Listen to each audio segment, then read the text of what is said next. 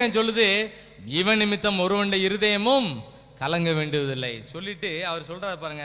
வாசிங்க 32 வசனம் சேர்ந்து வாசிங்க. தாவீது சவுலை நோக்கி, உம்முடைய அடியானாகிய நான் போய் இந்த பெலிஸ்தனோட யுத்தம் பண்ணுவேன்னு சொன்னாரு. கரங்களை தட்டி நன்றி சொல்லுங்க. ஆமென். இல்ல வாய் திறந்தா ஸ்தோத்திரம் பண்ணுங்க, கையா செஞ்சா நன்றி, ஏதாவது ஒரு விதத்துல கர்த்தரை மகிமைப்படுத்துங்க.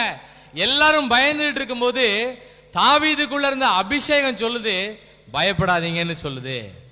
தாவீது சொன்னாரு, எல்லாரும் அவரை சொன்னாங்க, பின்னலையே நீ உனக்கு இளைஞன், உனக்கு ஒன்றும் தெரியாது, அவன் சின்ன வயசுல இருந்தே யுத்த வீரன்னு சொல்லி பார்த்தாங்க.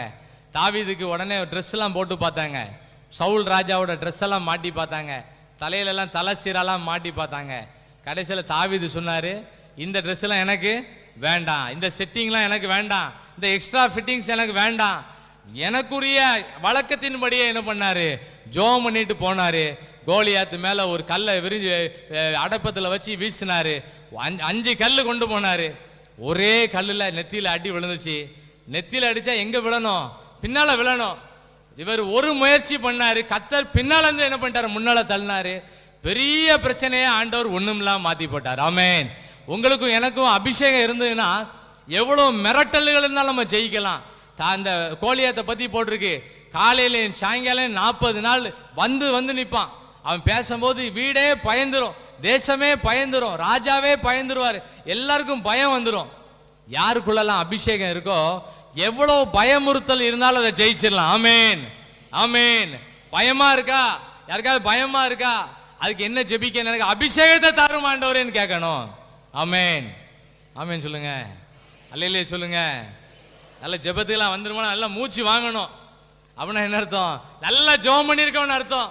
ஜெபம் பண்ணி வர இடத்துல நல்லா புழுங்கணும், நல்லா மூச்சு வாங்கணும், தொண்டெல்லாம் பிடிக்கணும், கரகரன்னு இறையணும், நல்லா புழுங்கி வரணும். அப்படின்னா என்ன அர்த்தம், நம்ம நல்லா ஜெபம் பண்ணிட்டு இருக்கோம்னு அர்த்தம்.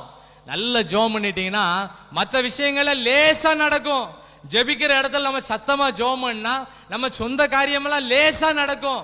கர்த்தர் அங்க கிரியை செய்வாரு, இங்க கிரியை செய்யற ஆண்டவர் அங்க கிரியை செய்வாரு, பயங்கரமான அற்புதத்தை கர்த்தர் செய்வாரு.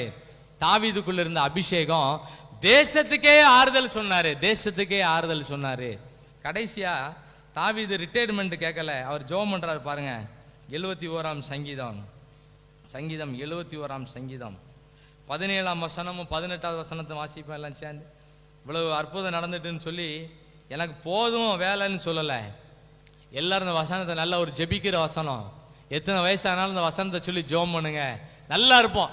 வாசிங்க 71ஆம் சங்கீதம் 17ஆம் வசனம்.